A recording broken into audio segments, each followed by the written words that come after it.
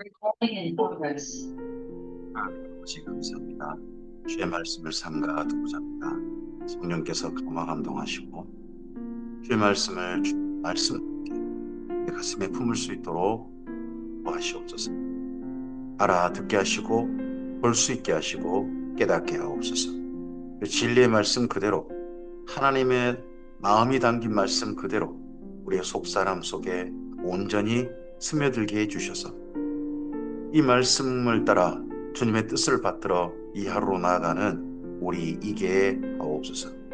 주께서 우리의 삶을 돌보시듯 우리 또한 주님을 진실히 사랑하여 이 말씀 안에서 하나님의 마음을 조금이나마 헤아려서 하나님의 나라로서 이 하루를 물들여가게 해 주시옵소서.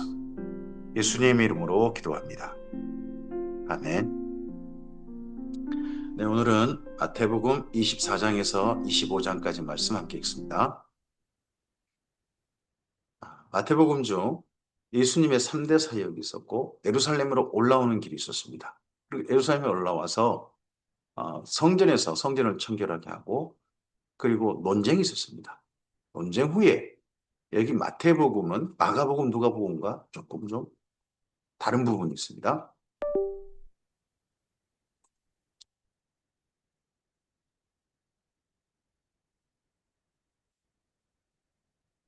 마태복음은 이제 24장, 25장이 종말론입니다. 예루살렘에 있는 성전이 돌이 도나 남지 않고 다 무너지고 그리고 심지어 예수님의 재림 때 있을 종말에 관한 이야기를 말씀하시고 그때 교회가 어떻게 해야 되는지 어떠한 모습으로 주의 심판대 앞에 설지를 말씀합니다. 그런데 예루살렘의 성전이 무너져야 될 이유에 대해서 여기 마태복음은 앞서 24장에서 바리새인들을 이야기합니다. 화 있을진저 바리새인들이요. 그리고 마가복음과 누가복음은 성전이 무너져야 될 이유로서 들고 있는 게 바리새인들이 와 있을진저 지적합니다. 말씀합니다. 근데 그 중간에 한 가지 연결고리가 있습니다. 그게 성전에서 두 렙돈, 자기 생물 전부를 바쳤던 과부의 연복, 그 장면이 성전이 무너지게 되는 중요한 계기처럼 보여주는, 반드시 무너진다라고 하는 중요한 증거인 것처럼 마가복음과 누가복음은 쓰고 있습니다. 근데 마태복음은 그 과부의 두렵던 이야기를 빼버리고 대신에 바리새인들에게 와 있을진저를 씁니다. 그러니까 마태복음은 성전이 무너져야 될 이유에 대해서 바리새인들을 주목하고 있는 것이고 마가복음과 누가복음은 바리새인뿐만 아니라 그 당시 종교 제도 자체, 성전에서의 비리, 성전 제도에 완전히 죽어버린 거, 완전히 변질돼 버린 거, 그런 거에 대해서 과부의 두둔을 통하여 말하고 있다는 겁니다. 마태복음 24장입니다. 예수께서 성전에서 나와서 가실 때에 제자들이 성전 건물들을 가리켜 보이려고 나아오니 대답하여 이르시되 너희가 이 모든 것을 보지 못하느냐? 내가 진실로 너희에게 이르노니 돌 하나도 돌 위에 남지 않고 다 무너뜨려 지리라. 이 성전 다 무너진다. 제자들이 성전 건물들 가리켜 보이려고 나왔다고 하는데 아마도 대단하지 않습니까? 그런 이야기도 함께 있었던 것 같습니다. 그래서 예수께서 대답하여 이르시되 이 성전 다 무너진다. 예수께서 감람산 위에 앉으셨을 때에 제자들이 조용히 나왔을 때 우리에게 이르소서 어느 때 이런 일이 있겠사오며 또 주의 임하심과 세상 끝에는 무슨 징조가 있사오리까? 성전에서 동쪽으로 가면 예, 기드론 골짜기가 바로 있고요. 기드론 골짜기 넘어서 감람산이 있습니다. 감람산에서 올라가면 뭐가 많아 있었던 것 같고 중간에 겟세마네 동산이 있습니다. 겟세마네가 있고 겟세마네에서 좀 더 위로 올라가면 이 모든 예루살렘의 성전과 예루살렘이 보이는 풍경이 보이는 그런 지점이 있습니다. 거기가 전망산이라고 하는데 이 감람산 위에 앉으셨다 하는 데가 바로 그 전망산 정도에 앉으셨을 때 그때 저쪽을 보고 이야기하고 있는 겁니다. 이제 이렇게 하다가 그 삶의 보통은 이 일정을 어디를 가시냐 그러면 벳박에, 산 정상의 벳박에, 그리고 그 다음 좀 더 내려가서 베다니까지 가셔서 잠을 청하시거나 그런 경우가 많았던 거죠. 예수께서 대답하여 이르시되 너희가 사람의 미혹을 받지 않도록 주의하랍니다. 예수께서 이 제자들의 질문에 대해서 답변하십니다. 이 성전이 무너진다니요. 어느 때 그런 일이 있습니까? 혹시나 또 우리가 성전이 무너지기 전에 무슨 징조가 있습니까? 예전에 이스라엘 민족이 바벨론 포로로 잡혀가면서 성전이 무너졌습니다. 그 이후 포로 기한하고 와서 성전이 지금까지 무너진 일이 없습니다. 400여 년 무너진 일이 없죠. 중축되고 있죠, 도리어. 근데 이 성전이 무너질 것이다 있을 때 그러면 예전 바벨론 포로 잡혀가기 전처럼 남유다의 그 성전이 무너지던 것처럼 성전이 무너진 무슨 징조가 있는 거 아니겠습니까? 그때도 성전이 무너질 이유를 하나님께서 에스겔서라든지 에레미야서라든지 뭐 스바냐서라든지 하박국서라든지 이런 데서 다 열거하시지 않습니까? 다 선포하셨죠. 그 두 가지를 질문합니다. 그때 예수님께서 그래서 두 가지 질문에 대한 답변이니까 여기 마태복음 24장에 읽으실 때 예수님의 답변을 통해 읽으실 때 우리는 둘로 구분해야 됩니다.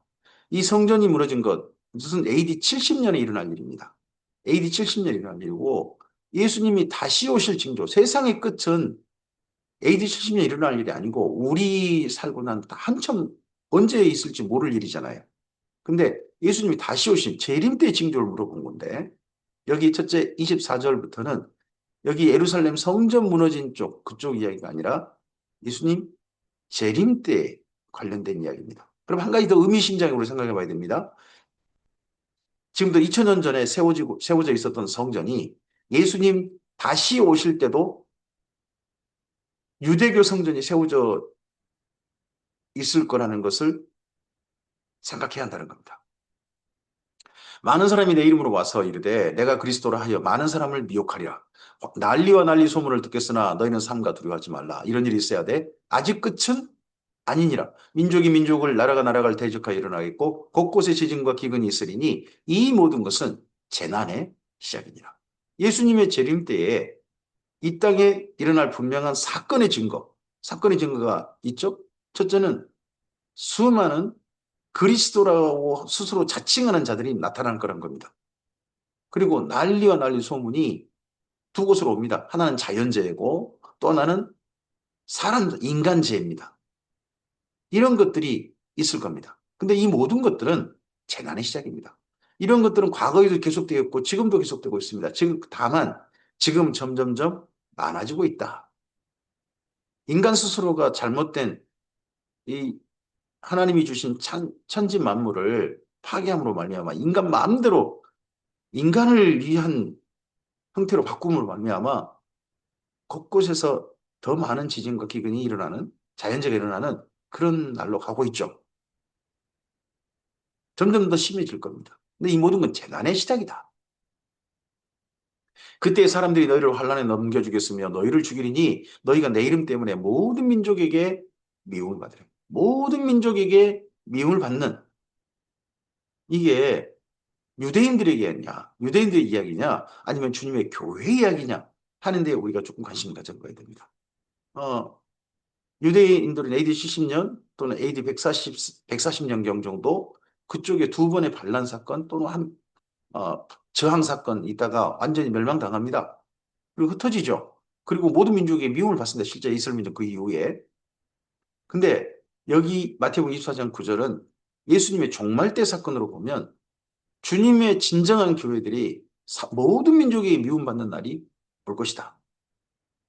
하는 것을 우리가 짐작해 볼 수 있습니다. 이런 사건이 요한계시록에서는 다섯 번째 인을 뗄 때 순교자의 얘기고 그리고 과거를 예수님 재림 전까지를 과거 사건을 돌이켜 볼 때 계시록 13장에 수많은 사람이 죽임당하는 우상 숭배에 저항하다가 그 세상의 체계에 바벨론이라는 제국의 체계에 저항하다가 죽임당하는 그런 사건이 기록되고 있습니다.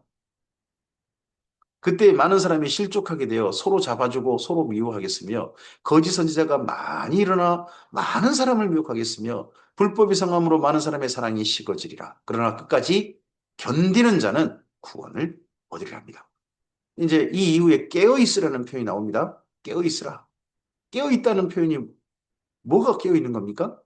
이 수많은 세상에 풍경들이 일어날 겁니다. 사건들이 일어날 겁니다. 그런 속에서 휘둘리지 않는 겁니다. 주님의 백성답게 살아가는 길입니다. 수많은 들이 실족 서로 잡아주고 미워하게 될 겁니다. 서로 미워할 것이다. 그리고 거짓 선지자들이 미혹이 당할 것입니다. 그리고 불법이 올바른 법인 것처럼, 올바른 일인 것처럼 사람들을 지배할 것입니다. 그리고 사람들의 사랑이 식어질 겁니다. 자기 이익, 자기 위주, 나만 옳다. 이런 사람들로 점점점 채워져 갈 것입니다. 그런 세상이 지금 우리 눈에 보인다면 주의 종말이 점점 가까워져 가고 있는 거겠죠. 근데 그런 가운데서 주의 백성이까지 견딘다는 것은 주님의 사람답게 믿음과 소망과 사랑의 길을, 복 있는 자의 길을 걸어가는 사람들, 팔복, 복 있는 자의 길을 걸어가는 사람들, 그리고 13장에 천국, 예수님의 나라, 그렇게 살아가는 사람들은 바로 견디는 자들입니다. 그런 자들에게는 구원이 있을 것이다. 예수님을 믿고 이 천국 복음이 모든 민족에게 증언되기 위하여 온 세상에 전파되리니 그제야 끝이 오리라. 모든 민족에게 증언된다. 유대인에게만 증언된다고 하지 않습니다. 모든 민족에게. 그래서 어디까지? 온 세상에 전파될 것입니다. 그제야 끝이 올 것이다. 그러므로 너희가 선지자 다니엘이 말한 바 멸망에 가져간 것이 거룩하게 선 것을 보거든 읽는 자는 깨달을지언정 그때 유대에 있는 자들은 산으로 도망할지어다.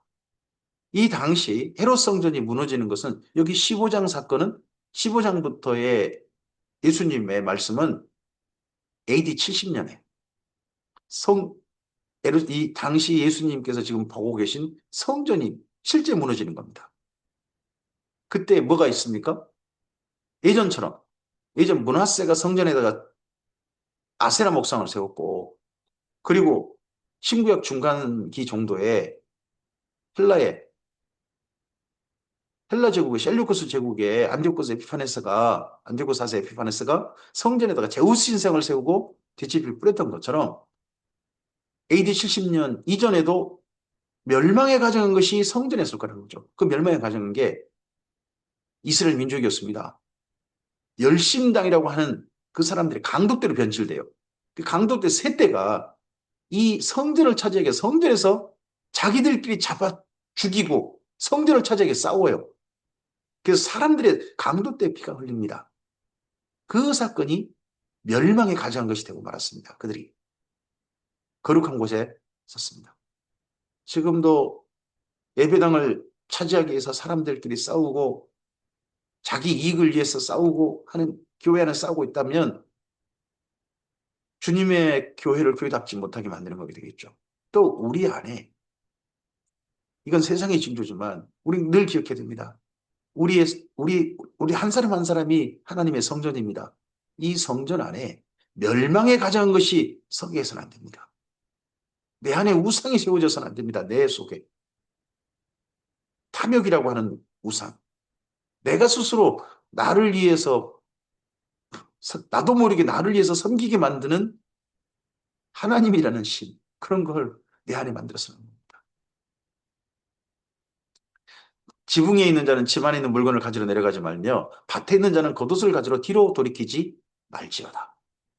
그날에는 아이벤 자들과 젖먹인 자들에게 화가 있으리다. 아이벤 자들과 젖먹인 자들에게 화가 있다 하는 표현은 큰 전쟁 때 나왔던 이야기입니다. 레위기 26장에서 먼저 예언됐던 말씀이고 신명기 28장에서 다시 한번 모세를 통하여 선포하게 하셨던 말씀입니다.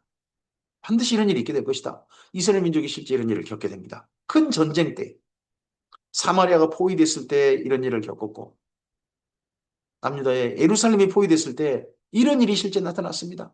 에레미야 예가에 바로 이런 일들이 나타납니다. 그런 일들이 AD 70년 예루살렘에서 나타날 것이다.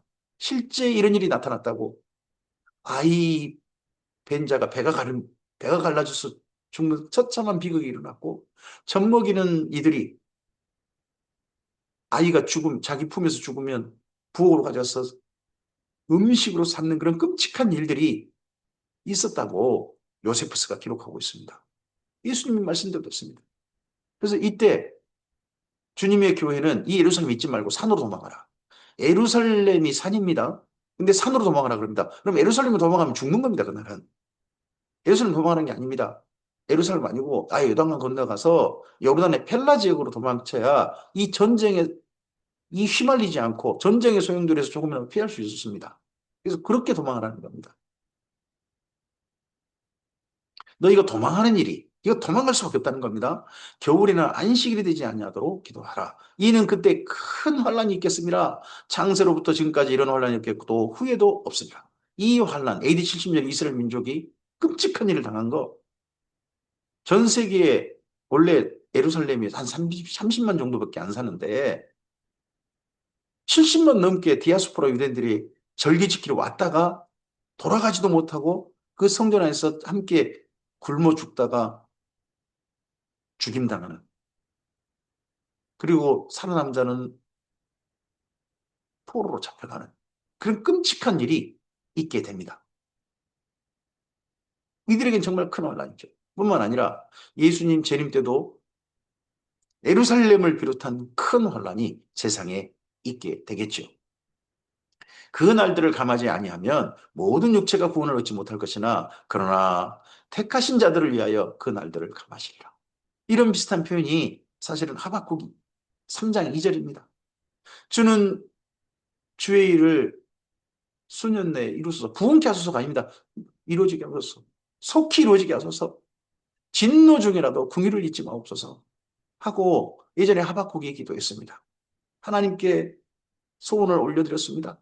예루살렘 멸망이 확실하다면 이제는 피할 수 없다면 이미 정해져서 실행되고 있다면 하나님 그 멸망의 날이 오래가지 말고 짧게 해주십시오.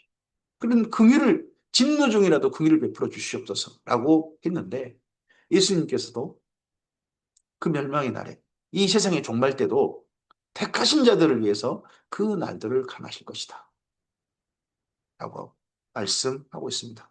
하지만 이 감해진 날이 어느 정도일지 우리는 알지 못합니다.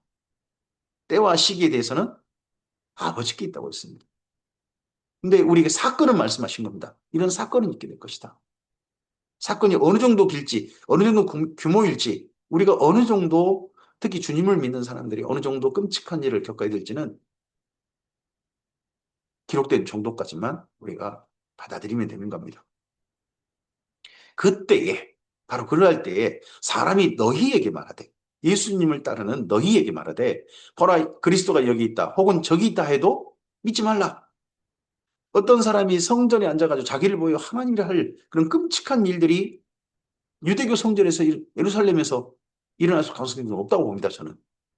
그게 데살로니가서 2장에 있는 말씀이니까요. 그리고 그 사람이 계시록 13장에 예전에 계시록이 기록되어졌던 로마 황제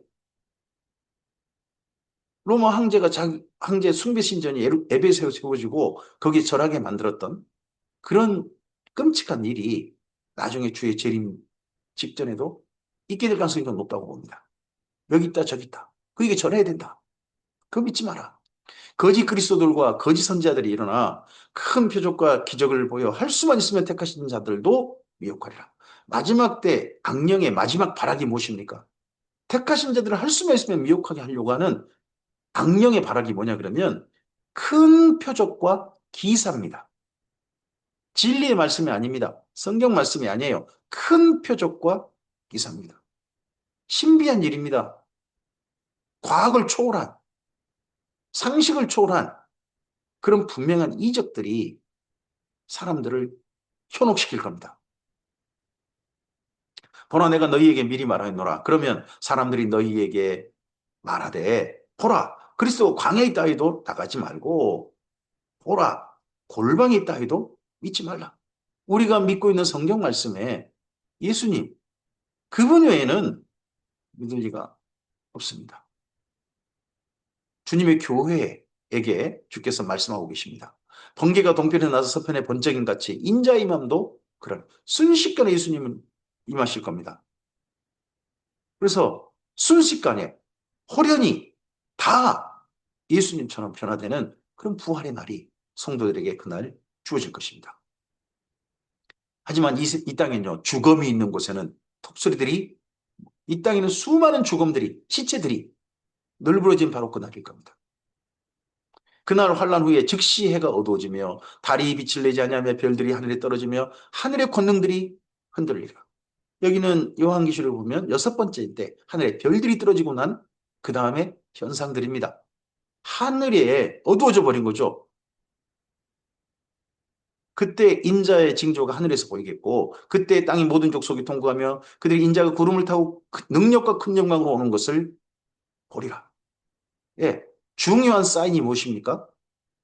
이 땅에 어떤 사건으로 말미암아 해가 어두워지고 달이 빛을 내지 않는, 그리고 별들이 하늘에서 막 떨어지고 지구가 떨어진 별로 의해서 엄청난 타격을 입고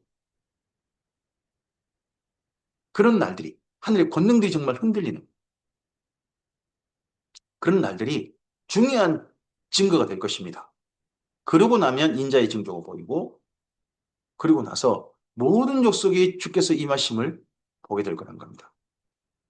그가 큰 나팔 소리와 함께 천사들을 보내리니 그들이 그의 택하신 자들을 하늘 이 끝에서 저 끝까지 사방에서 모으리라.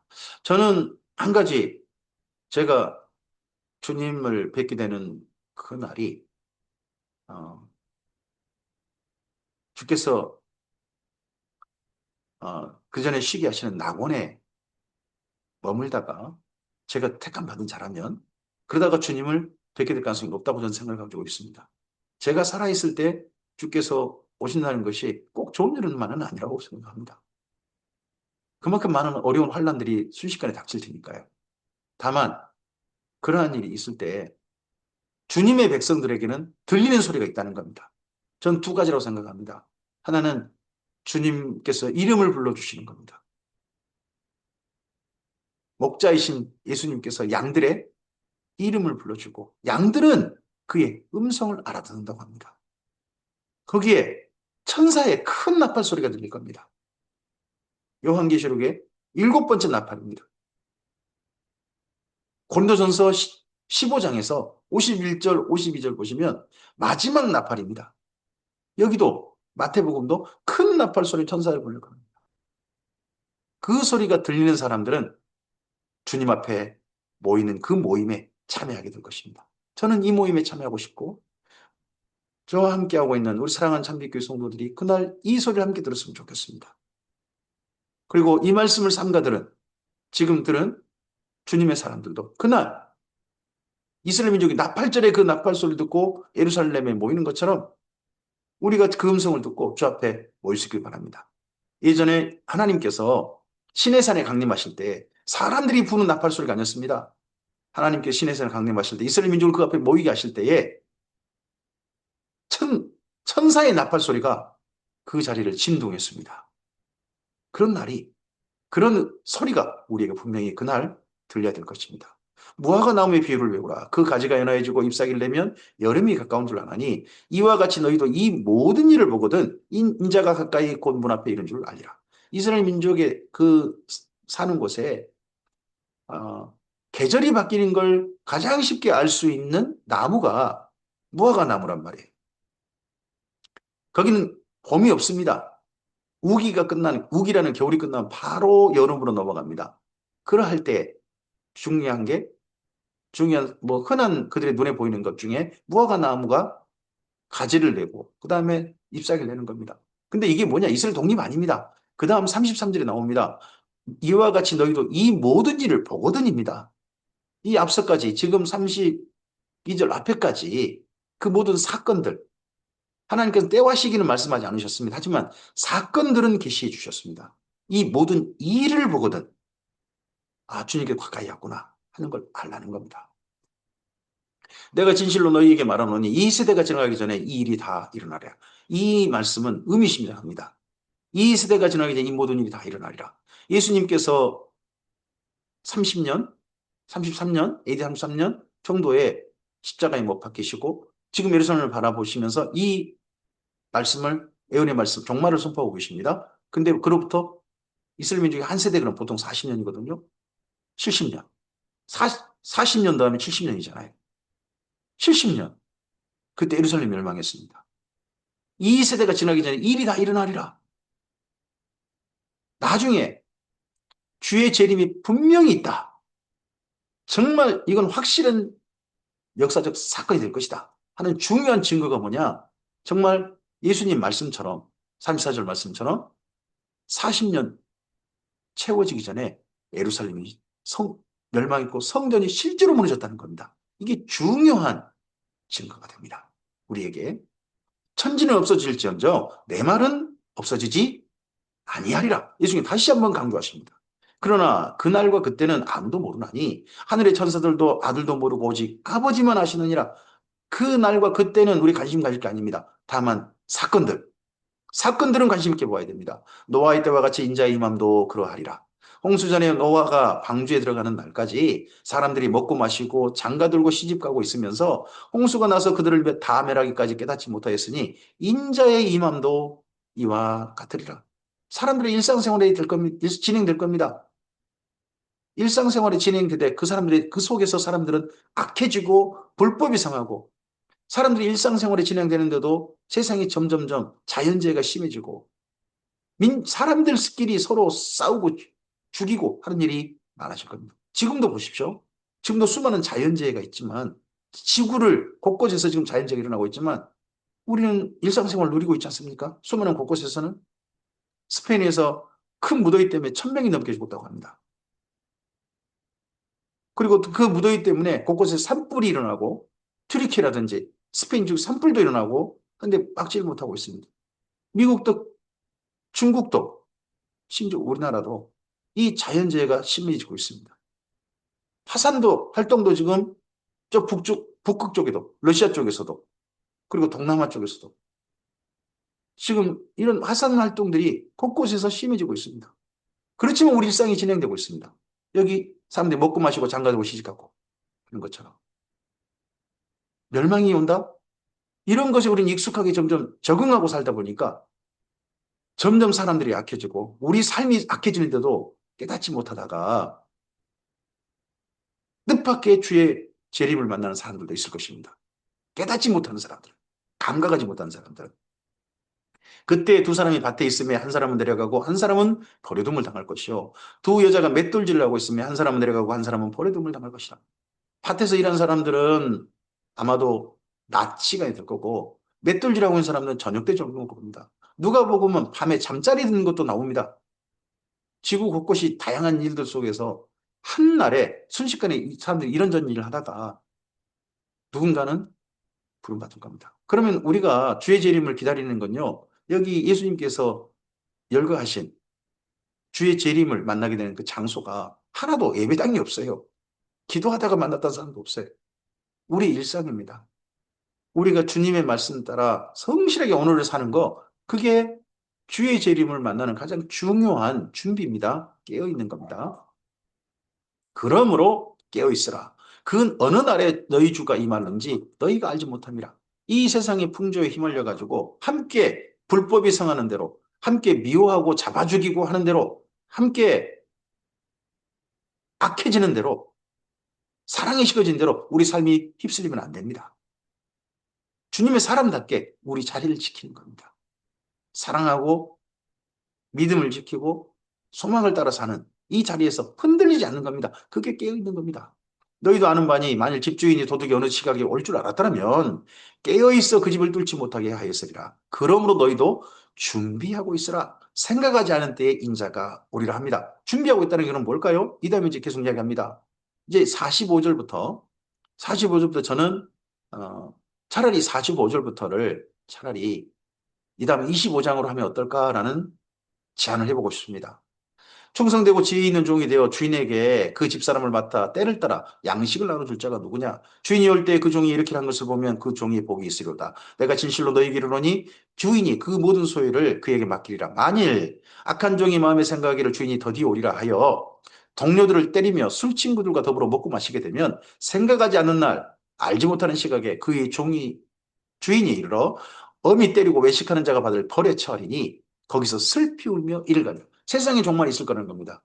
그 종말의 날에 교회도 종말을 맞이하게 될 겁니다. 근데 교회 안의 사람들이 둘로 나뉘게 된 겁니다. 충성된 종이 있고 악한 종이 교회 안에 구분될 거라는 겁니다. 자기 일에 성실한 사람이 있습니다. 때를 따라 양식을 나눠준다는 것은 종들을 맡은, 종들을 관리한 사람입니다. 그 사람이 제때 밥을 주는 겁니다. 그가 주인께서 그에게 맡겨준 일입니다. 그 일을 성실하게 하는 겁니다. 근데 주인이 오는 게 점점 늦으니까, 아유, 주인 언제 올지 모른다. 오늘 주인이 맡긴 일을 하기보다는 니네들끼리 알아서 잘해 하고 사람들을 때리고 자기는 먹고 즐기고 하는 그런 종도 있을 수 있다는 거죠. 주님의 교회가 어떻게 되냐. 이 비유 다음에 비유가 세 비유가 이어집니다. 마태복음 25장입니다. 그때의 천국입니다. 어느 때입니까? 그때가 어느 때입니까? 그때는 예수님의 재림 때입니다.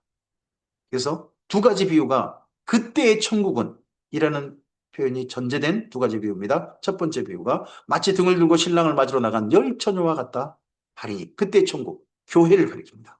여기 마태복음 앞서서는요, 예수님이 어떤 분이냐 하는 게 천국 비유입니다. 그때 천국은 마치 할 때 예수님께 초점이 있어요. 근데 여기 25장의 천국은 이 땅에 예수님의 몸으로 남겨져 있는 교회를 천국이라고 합니다.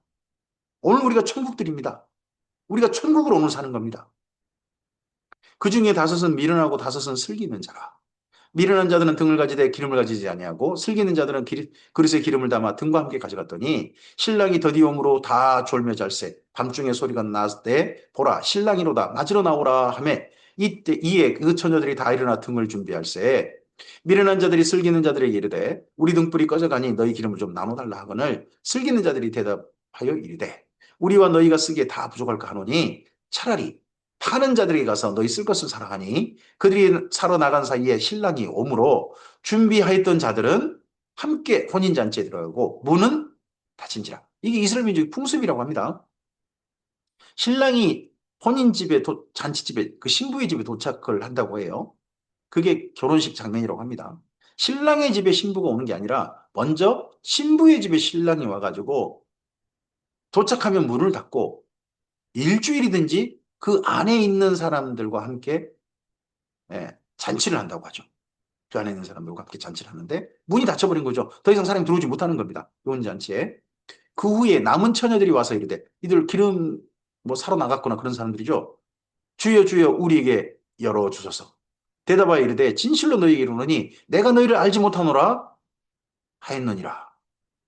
더 이상 신랑이 들어가고 난 다음에 문 닫아버리면 여기 10명이 아무래도 신부의 친구들 같거든요.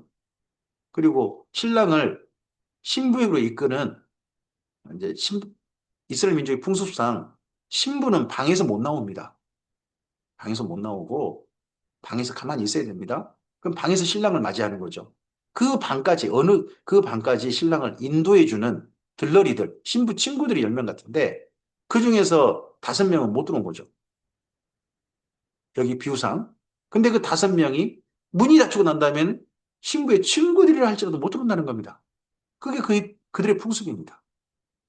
내가 너를 알지 못하노라. 아, 이게 무슨 비유일까요? 그러므로 깨어있으라 합니다. 깨어있다는 게 신랑이 어느 때 올지 모르니까 기름까지 준비해라. 낮에 올 가능성도 있죠. 밤에 올 수도 있다. 기름까지 준비해라 하는 거 아니겠습니까? 그게 앞서서 보면 충성된 종이 되어서 집주인의 종들을 맡아서 때를 따라 양식을 나눠주는 거였습니다. 근데 여기는 기름 준비하는 겁니다. 이게 무슨 비유일까? 두 번째입니다. 두 번째 비유입니다. 14절. 또 어떤 사람이 타국에 갈 때에 그 종들을 불러 자기 소유를 맡긴 것 같으니라고 합니다. 여기에는 앞서 두 표현이 빠져 있습니다. 그게 뭐냐면 그때의 천국인입니다. 또 그때의 천국은 어떤 사람이 타국에 갈 때에 그 종들을 불러 자기 소유를 맡긴 것 같다. 그래서 이 비유가 연결된 비유입니다. 계속 비유가 연결되고 있습니다. 각각 그 재능대로 한 사람에게는 금 5달란트를, 한 사람에게는 2달란트를, 한 사람에게는 1달란트를 주고 떠났더니 5달란트 받은 자는 바로 가서 그것을 장사하여 또 5달란트를 남기고 2달란트 받은 자도 그와 같이 하여 2달란트를 남겼을 때 1달란트 받은 자는 가서 땅을 파고 그 주인의 종을 감추어 뒀더니 오랜 후에 그 종들의 주인이 돌아와 그들과 결산할세. 5달란트 받았던 자는 5달란트를 더 가지고 와서 이르되 주인이여 내게 5달란트를 주셨는데 보소서 내가 또 5달란트를 남겼나이다. 주인이 이르되 잘하였도다. 착하고 충성된 종아. 내가 적은 일에 충성하였을 때 하였음에 내가 많은 것으로 내게 맡기리니 내 주인의 즐거움에 참여할지다. 우리의 즐거움이 아니죠. 주인의 즐거움에 참여하라. 하고 이 종의 칭찬과 함께 그 주인이 말합니다. 2달란트를 받았던 자도 와서 이르되 주인이여 내게 2달란트를 주셨는데 없어서 내가 또 2달란트를 남겼나이다. 남긴 양이 다를 수 있죠. 하는 소위 말해 업적이 다를 수 있는 겁니다. 일을 한 결과가 다를 수 있습니다. 그렇지만 주께서 말씀하십니다. 주인이 이르되 잘하였도다. 너는 조금 잘하였도다가 아닙니다. 똑같습니다. 칭찬이. 잘하였도다. 착하고 충성된 종아. 그래서 우린 적은 능력가 있으면 우리의 능력만큼 성실하게 일하면 되는 겁니다. 착하고 충성된 종아. 내가 적은 일에 충성했으면 5달란트를 맡은 자도 2달란트를 맡은 자도 1달란트 맡은 자도 전부 다 적은 일입니다. 주님 앞에서는. 근데 그게 거기에 충성했느냐죠. 충성했느냐. 맨 처음에 집 주인의 충성된 종이 되어서 종들을 맡아 때를 따라 양식을 나눠주는 것. 그리고 신부 친구로서 신랑이 언제 올지 모른다 해가지고 한밤중에 온다면 기름을 준비했다가 그게 뭐 어떤 사람은 쓸모없는 일처럼 보일지도 모릅니다. 괜히 그런 일까지 하냐? 그런 일지도 모릅니다. 근데 거기까지 해서 혹시나 신랑이 밤에 온다면 불을 밝혀서 신방으로 인도해야지 하고 준비했던 그 처녀들. 여기 달란트 맡은 자들도 무슨 일을 했는지 말씀하고 있지 않습니다.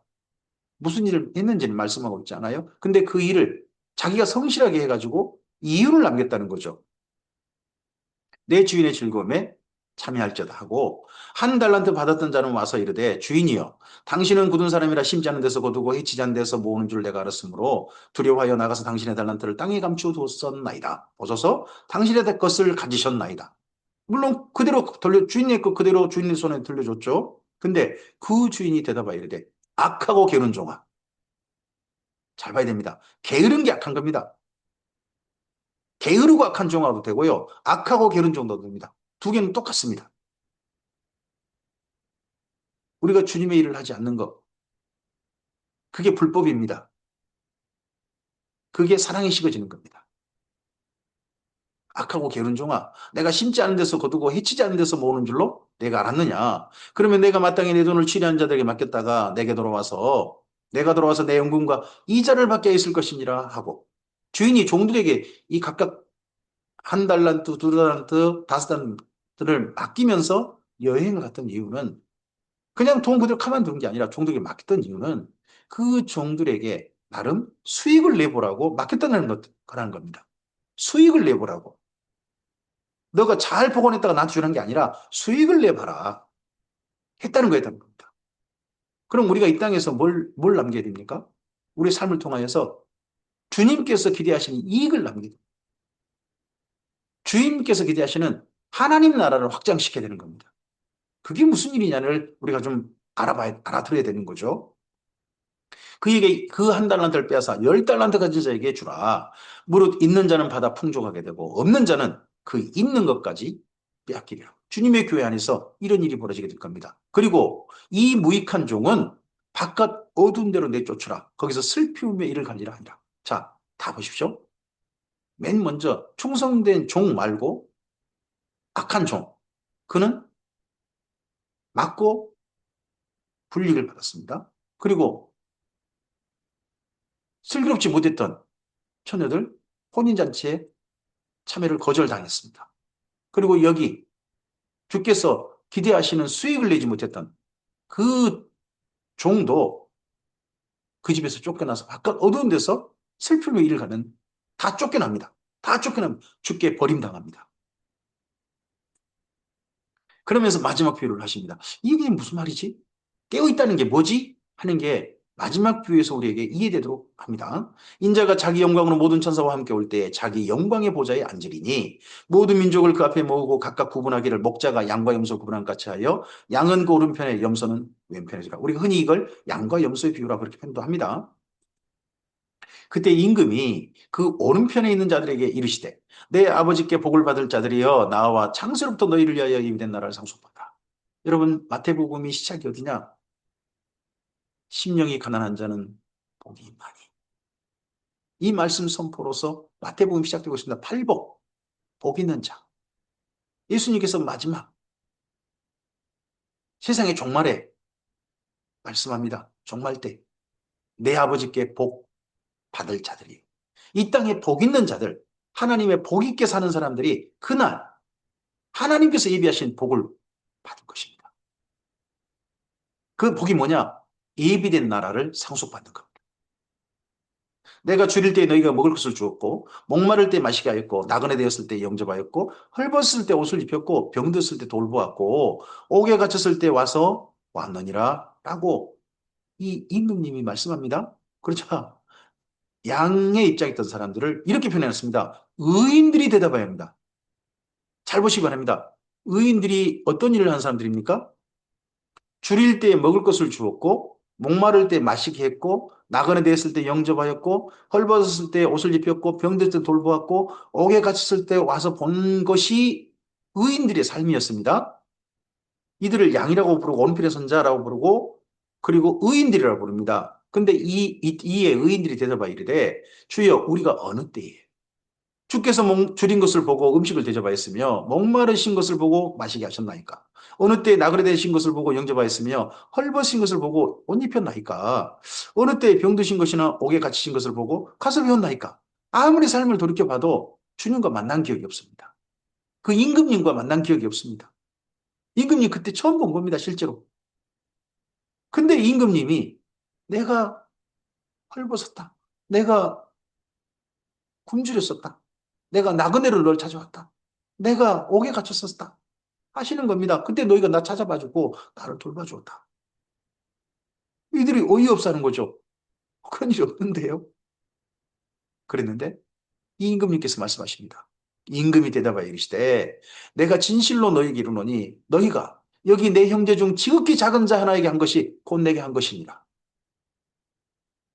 지극히 작은 자 한 사람에게. 앞서서 종은 어떤 일을 하는 겁니까? 때를 따라 열심히 일하는 집안의 종들에게 밥때가 되면 제때 밥 차려줘가지고 그들을 돌봤던 일이 충성된 일입니다. 착하고 충성된 일입니다. 그 다음에 신랑이 올 때에 그 신랑이 혹에 밤에 올지도 모르니까 기름 준비했다가 아침 밤에 오니까 불을 밝혀서 그 신랑을 신부로 인도해주는 일을 하는 그 처녀들이, 네, 그게 충성된 일이고 깨어있는 일입니다. 그리고 주님의 뜻을 알아서, 주인의 뜻을 알아서 맡겨주신 것을 주님에게 내어드릴 수익을 내기 위해서 열심히 일하는 사람들, 그 사람들이 충성된 정입니다. 근데 그 일이 뭐냐? 바로 사랑하는 일입니다. 근데 여기 내 형제 중에 지극히 작은 자에게 하는 것, 우리 주님의 형제들을 사랑하는 일들입니다. 미워하고 잡아 죽이고 서로 싸우고 죽게 만들고 그런 일이 아니라 사랑하는 일입니다. 그 일을 한 것이 주님께 한 것이다. 충성된 일이다. 그게 깨어있는 일이다. 아십니다? 또 왼편에 있는 자들에게 이르시되 왼편에 있는 자들 염소족 그들을 뭐라고 부릅니까? 의인이라고 부르지 않습니다. 저주를 받은 자들아. 저주를 이미 받아버렸어요. 받을 자도 아닙니다. 저주를 받은 자들아. 이 저주라는 말이 구약성경 맨 처음에 보면 하나님께서 떠나버리시는 겁니다. 하나님께서 버려버리시는 겁니다. 그게 저주입니다. 우리 저주가 우리한테 나쁜 일을 당한 거, 뭔가 끔찍한 일을 겪는 걸 저주로 생각하는 경우인데 그건 힘들고 어려운 고난, 시련입니다. 저주는 뭐냐? 하나님께서 그를 버려버리시는 겁니다. 하나님과 다시 만나지 못하는 사이로 격리시켜버리는 걸 가리켜서 저주라고 합니다. 이미 저주를 받았어요. 격리당해버렸어요. 어디 안에 있는데? 주님의 교회 안에 있는데. 슬픈 일이죠. 진짜 슬픈 일이죠. 나를 떠나 마귀와 그 사자들을 위하여 예비된 영원한 불에 들어가리라. 그 영원한 불. 불못이라고 부르고 예수님께서 맨 처음 사역 시작하기 전에 세례 요한이 말했던 불세례입니다. 꺼지지 않는 불에 태워질 쭉정이 거기에 들어가리라. 내가 줄일 때 너희가 먹을 것을 주지 아니했고 목마를 때 마시게 하지 아니했고 나그네 되었을 때 영접하지 아니했고 헐벗을 때 옷 입히지 아니했고 병들었을 때와 옥에 갇혔을 때 돌보지 아니하였느니라 하시니 그들도 대답하여 이르되 이 조주를 이미 받았다는 사람들 염소로 불린 사람들 그럼 왼편에 있는 자들이겠죠? 그들이 이르되 주여 우리가 어느 때에 주께서 줄이신 것이나 목마르신 것이나 나그네 되신 것이나 헐벗은 것이나 병드신 것이나 옥에 갇힌 것을 보고 공양하지 아니하더이까 우리도 주님 만난 적 없는데요. 주님 만났으면 우리가 했겠죠. 당연히. 우리 한 적 없는데요. 만난 적이 없는데요. 만난 적이 없으니까 우리가 안 했죠. 그러자 이에 임금이 대답하여 이르시되 내가 진실로 너에게 이르노니 이 지극히 작은 자 하나에게 하지 아니한 것이 곧 내게 하지 아니한 것이니라 하시리니 그들은 영벌에 불에 의인들은 주인의 즐거움에 혼인잔치에 그리고 주께서 베푸시는 그 상의 시간에 칭찬의 자리에 주님과 영원히 함께하는 그 영생에 들어가기라 하셨습니다. 종말은 분명히 있습니다. 예루살렘의 AD 70년 종말이 그것의 증거입니다. 중요한 증거입니다. 그런 것처럼 주께서 반드시 재림하시고 이 세상의 종말도 끝이 반드시 있습니다. 그 날이 우리에게 이르는 그 날을 맞이할 준비를 하는 것도 우리의 신앙의 중요한 영역입니다. 그렇게 그럼 걸어갈 우리의 영역은 어떻게 걸어야 됩니까? 다른 게 아닙니다. 깨어있는 겁니다. 깨어있는 게 뭡니까? 역사 사건을 똑바로 보는 겁니다. 주께서 말씀하신 일이 일어나는가 보는 겁니다. 그리고 악한 일들이 벌어지고 미혹의 사건이 곳곳에 벌어질 때 거기에 휩쓸리지 아니하는 겁니다. 우리가 지켜야 될 바른 자리, 진리의 자리에 올바르게 서는 것이 견디는 겁니다. 그게 깨어있는 겁니다. 그리고 그러한 사건 속에서도 이웃 사랑하는 삶, 주님처럼 사랑하는 사람들, 주의 교회에 함께하는 사람들, 우리 이웃들을 예수님처럼 생각하고 우리가 예수님을 만나면 이렇게 해야지 하는 정도로 그들을 진실하게 사랑하는 삶으로 오늘을 산다면 그게 깨어있는 겁니다. 오늘 우리가 맡은 일을 성실하게 하는 게 깨어있는 겁니다. 깨어있고 싶다 그래가지고 하루에 정기적으로 기도 2시간씩 하는 것이 깨어있다고 생각하신다. 물론 그것도 깨어있을 수 있는 일일 수 있습니다. 그러나 여기 예수님께서 말씀하신 깨어있는 일 중에 너희는 기도의 자리에 열심히 하루에 몇 시간씩 꼭 기도해라. 그런 말씀 없습니다. 도리어 오늘 우리가 해야 될 이웃사랑의 삶, 주의 계명을 따라 복 있는 자답게 사는 삶. 그게 그날 아버지께서 예비하신 그 날을 상속할 복 받을 자들의 삶으로 나가고 오늘 그렇게 사는 게 되는 겁니다. 이러한 삶으로 주의 재림을 기다리며 깨어있는 우리 모두였으면 좋겠습니다. 오늘 여기까지 말씀입니다.